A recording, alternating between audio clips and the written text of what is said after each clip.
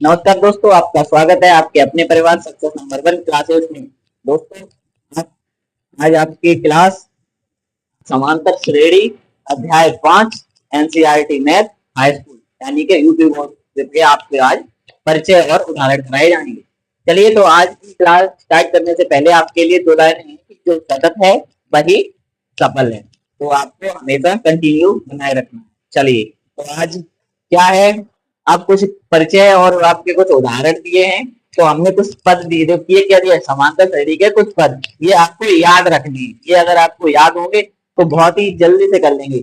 जो ए होता है वो ए क्या होता है, ए वो प्रथम पद होता है। क्या होता है? प्रथम पद। डी क्या होता है? डी एक सारवंतर होता है। अगर आपसे कोई कहे कि डी सारवंतर किस तरीके से निकाला जाएगा, तो आपको पता होना चाहिए कि दूसरे पद में से पहले प्रथम पद यानी कि दूसरे पद में से पहला पद घटा दिया जाए तो उसका क्या कही जाती है, सारवंतर निकल आता है। चलिए, और एन क्या होता है? एन एक एनवा पद होता है। एन जो होता है वो एक एनवा पद होता है। और ए एन जो होता है वो समांतर श्रेणी का एक व्यापक मान होता है। ए एन की जगह पर कुछ भी आ सकता है, इसलिए इसे कह सकते हैं ये एक अंतिम पद होता है। क्या होता है? ये एक अंतिम पद होता है। आपको एक फॉर्मूला रखना है समांतर श्रेणी में, बस तुम्हें कुछ नहीं करना, बस एक फॉर्मूला है जो आप याद कर लेना। क्या फॉर्मूला है कि ए एन बराबर ए प्लस एन माइनस 1 डी। आपको क्या कहना है? ए एन क्या दिया है? अंतिम पद। ए क्या दिया है? प्रथम पद। एन क्या दिया? एनवा पद। और मान तो बनी है। डी क्या दिया है? सार्व अंतर दिया है। कुछ नहीं करना है। अब मैंने इसको आपको समझाने के लिए एक एग्जाम्पल दिया है कि 2,7,12 का 10वां पद ज्ञात कीजिए। तो इसे किस तरीके से हल करेंगे, तो आप देखिए, समझिए इसको कि ए और इसका क्या किया है। तो आपको पता होना चाहिए प्रथम पद। तो प्रथम पद कौन सा है? ये। तो ए बराबर कितना दिया आपको? 2। और डी बराबर कैसे निकालोगे? दूसरा पद माइनस प्रथम पद। तो दूसरा पद ये है, तो 7 में से हम क्या करेंगे, प्रथम पद यानी -2 घटाएंगे तो कितना आ जाएगा? 5 आ जाएगा। कितना आ जाएगा? 5 आ जाएगा। तो डी कितना आ गया आपका? 5। और अंतिम पद यानी कि एनवा पद कितना दिया? एन आपको कितना दिया? एनवा पद दिया आपको 10। क्या दिया है? 10।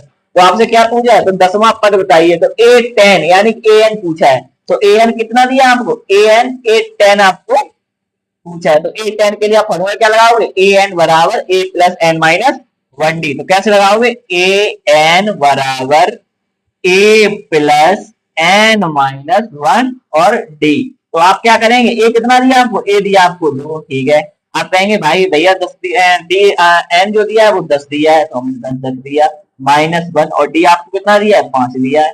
तो बस क्या करना है, 2 प्लस 10 में से 11 9 बचे इंटू 5 9 पंजे 45 45 और में 2 जोड़ देंगे तो कितने हो जाएंगे? 47। तो आपका जो ए एन है वो कितना आ गया? ए एन आपका 47 आ गया। हो गया हल। तो ये तो आपको समझाने के लिए एक फॉर्मूला था जो कि आपको एक बेस बन जाए आपका। तो ये आपको आज फॉर्मूला और ये टर्म से याद करनी है। और एक और आपको एक फॉर्मूला याद करना है। ये फॉर्मूला नहीं है, श्रेणी बनाने का क्रम है। श्रेणी अगर कभी पूछ ले आपसे कि कुछ पद दे दिए, तो इससे अगला पद कौन सा होगा, इससे 7वां पद कौन सा होगा, इसका 8वां पद क्या होगा, तो ये आपको याद करने के लिए मैंने आपको बताया कि अगर A1 बराबर A और A2 है तो A प्लस D हो जाए। A3 है तो A प्लस 2D, A4 है तो A प्लस 3D, A5 है तो A प्लस 4D, A6 है तो A प्लस 5D, A7 है तो A प्लस 6D। ऐसे आगे बढ़ता चले जाए, कहीं तक ले जाए। ठीक, कौन सा भी पद पूछे। अब आपको करना क्या है, एक मैंने इसे भी समझाने के लिए एक एग्जाम्पल लिया है। एग्जाम्पल क्या है कि 4, 10, 16, 12 के अगले 2 पद बताइए। ये मैंने आपका उदाहरण ही लिया है, जो अभी मैं आपको कराऊंगा उसका एक उदाहरण है, यही समझ लो। कैसे कि अब आपसे उसने किया है अगला पद बताइए। देखिए, ये आपको चाहिए कि आपको अगला पद निकालने के लिए ए चाहिए और डी चाहिए। तो सबसे पहले हम यहाँ से ए निकालेंगे। ए कितना? प्रथम पद कितना दिया है? 4 दिया है। और फिर उसके बाद डी कितना दिया है? तो डी कैसे निकाल रहे हो? दूसरा पद माइनस प्रथम पद यानी कि 10 माइनस 4। तो कितना आ गया डी आपका? डी आपका आ गया 6। डी आ गया आपका 6। अब आगे क्या कह रहा है? वो ये कह रहा है कि अगले 2 पद बताइए, इससे आगे के 2 पद बताइए। तो ये क्या पद तक है? 1 2 3 4। तो इससे आगे यानी कि 5, यानी कि A5 पूछ रहा है और A6 आपसे पूछ रहा है। तो हमने बता ही दिया है कि A5 कितना है, तो आप कहोगे A प्लस 4D और A6A+5D। अब ए आपको पता ही है 4 है, कितना है 4, तो ए बराबर 4, 4 इंटू डी कितना पता है 6 पता है, रख दीजिए 6 चौक 24, 24 और 4 30, तो आपका A5 कितना आ गया 30 आ गया। और A6 बराबर जो ए कितना दिया है 4 दिया है प्लस 5 इंटू 6 यानी कि डी कितना दिया है, डी आपको 6 दिया है, तो 6 पंजे 30, 30 में 4 जोड़ोगे तो 34, अतः A5 बराबर आपका 30 आ गया, A6 बराबर आपका 34 आ गया। तो ये इसके लिए ये फॉर्मूला है, आपको ये फॉर्मूला याद होना चाहिए। इसे इस तरीके से इसलिए होता है कि आपको समझ में आए, जैसे इसका ये पद चलता है ये सब रेडी A, A+D, A+डी, A+3D,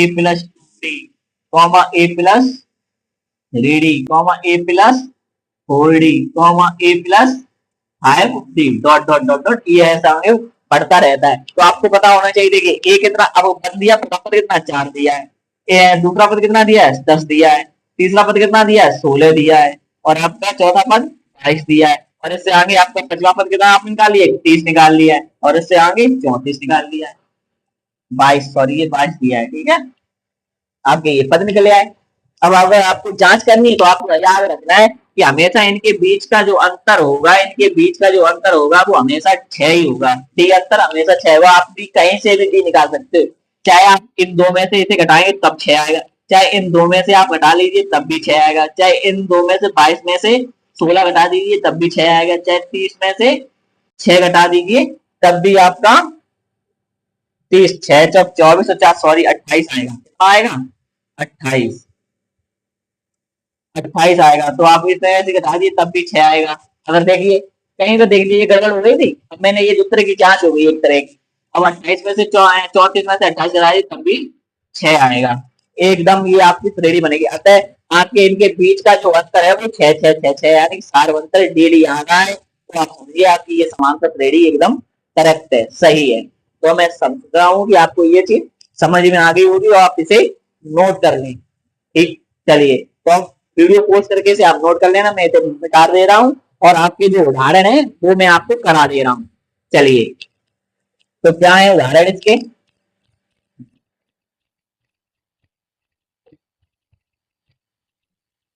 अपनी कॉपी तो आपने रख ली होगी क्योंकि आप तो पहले से पढ़ रहे होंगे हमारे साथ, नहीं पढ़ रहे हैं तो अपनी कॉप बुक जरूर खोल लें। एनसीईआरटी की ये बुक है आपकी, ये वाली एनसीईआरटी, जो आपको कितने कितने रुपए की है, ये कोई खास ज्यादा पैसे की भी नहीं है, ये जन 60 रुपए की 53 रुपए की है, आपको लगभग 60 रुपए की देगा तो दे देगा, ठीक है, कहीं से भी ले सकते हैं इसे। चलिए तो आपको ये क्या कह रहा है, पहला उदाहरण इसका, पहला उदाहरण कह रहा है कि एपी 3/2, एपी पहला उदाहरण आपका क्या है, आपका पहला उदाहरण जो है वो कह रहा है कि एपी जो है वो 3/2 कॉमा 1/2 माइनस 1/2 माइनस 3/2 है, के लिए इसके के लिए एवा पद और डीवा पद बताइए, यानी कि सार्वंतर और प्रथम पद बताइए। तो प्रथम पद तो आप जानते हैं कि पहला ही पद होता है, तो प्रथम पद तो आपका 3/2 आ गया, और डी पूछा है आपसे सार्वंतर, तो सार्वंतर के लिए आप जानते हैं कि दूसरे पद में से पहला पद घटाते हैं, तो 1/2 में से माइनस के 3/2 घटा दीजिए, जब इसे घटाएंगे तो क्या बचेगा माइनस के 2, क्योंकि इनका लासा कितना आएगा, इनका लासा 2 आएगा, जब लासा 2 आएगा तो -3 होगा, 3 में -3 में से 1 गया तो माइनस के 2/2 बचेगा, तो 2 से 2 घट गया तो -1, इसका डी जो है वो -1 आ जाएगा। तो इसके लिए हो गया आंसर। इसमें यही तो पूछा आपको, इसमें पूछा है कि प्रथम ए पद और सार्वत्रिक डी लिखिए, तो हमने लिख दिए, ये होते हैं इसके पद। चलिए अब इसका दूसरा उदाहरण देखते हैं क्या है। दूसरा उदाहरण है इसका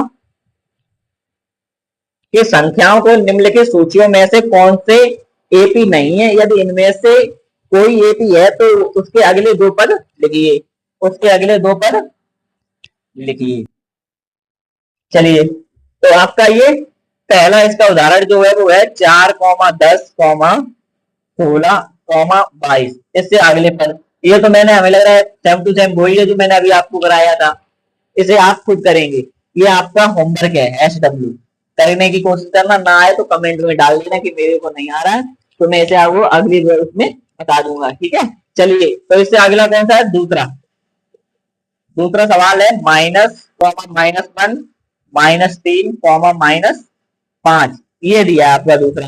अब ये कह रहा है कि इसके अगले दो पद बताइए, इसके अगले दो पद बताइए। तो आपको पहले ए तो पता ही है कितना दिया है, डी दिया है, सॉरी ए आपको 1 दिया है। अब डी के लिए क्या करते हैं, हम डी के लिए करते हैं कि दूसरा पद, अब दूसरा पद माइनस क्या, माइनस प्रथम पद, इन दोनों को जोड़ोगे माइनस माइनस के माइनस के 2, तो डी आपका कितना आ गया, 2 आ गया। कितना आ गया, 2। अब इनके बीच का अंतर कितना, -2, तो इनके बीच का भी अंतर -2 है, इनके बीच का भी अंतर -2। कैसे, अब माइनस के 3 में से जब ये माइनस प्लस, अब देखिए ये दूसरा पद हो गया और ये पहला प्रथम पद हो गया, तो माइनस और एक ये माइनस प्लस हो गया, तो -3 में से एक गया तो 2 बचा। देखिए माइनस के 2 फिर भी आ रहा है, और इसमें से आप देखिए माइनस के 5 में से प्लस के 3 हटाओगे तब भी -2 आ रहा है। अतः आप कह सकते हैं कि ये एक सारणी है, इसके अंतर डी का अंतर समान आ रहा है, -2 आ रहा है। तो इसके अगले दो पद हम निकाल सकते हैं। तो इसके अगले दो पद क्या है, पहला पद, दूसरा पद, तीसरा पद, चौथा पद, पांचवा और छठा पूछा है, यानी कि A5 और A6 पूछा है। तो A6 हम जानते हैं कि A6 क्या होता है, A प्लस 4D। हमेशा याद रखना ये 5 होता है तो हमेशा इससे एक कम आता है 4D, ठीक है, 4D।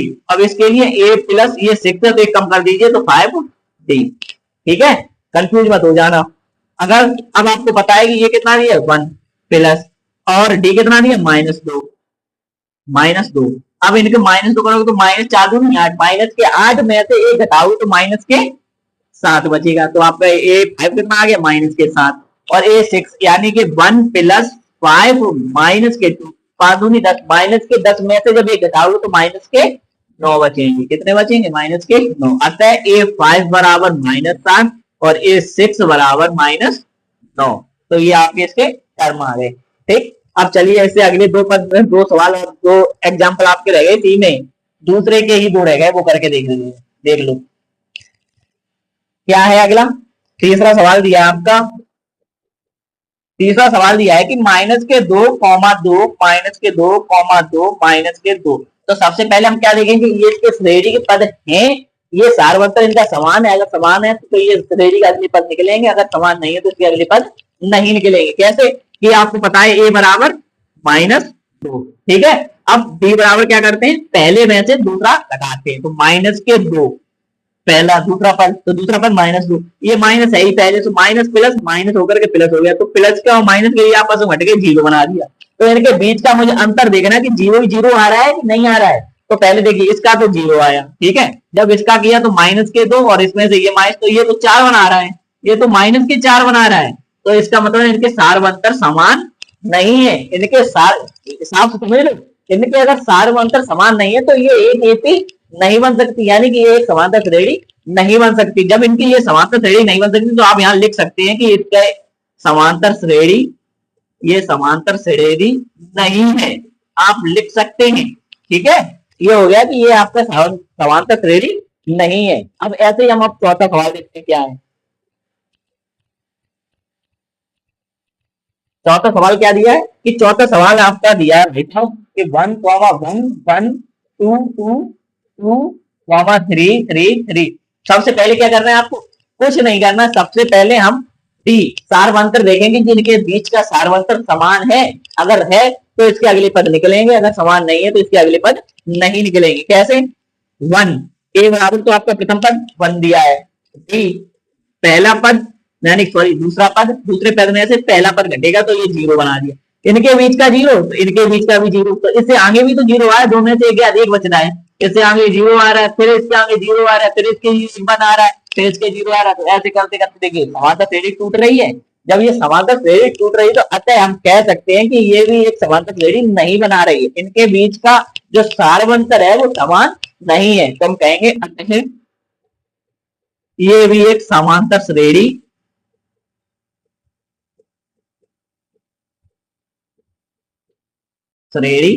नहीं है। हो गया आपके सवाल।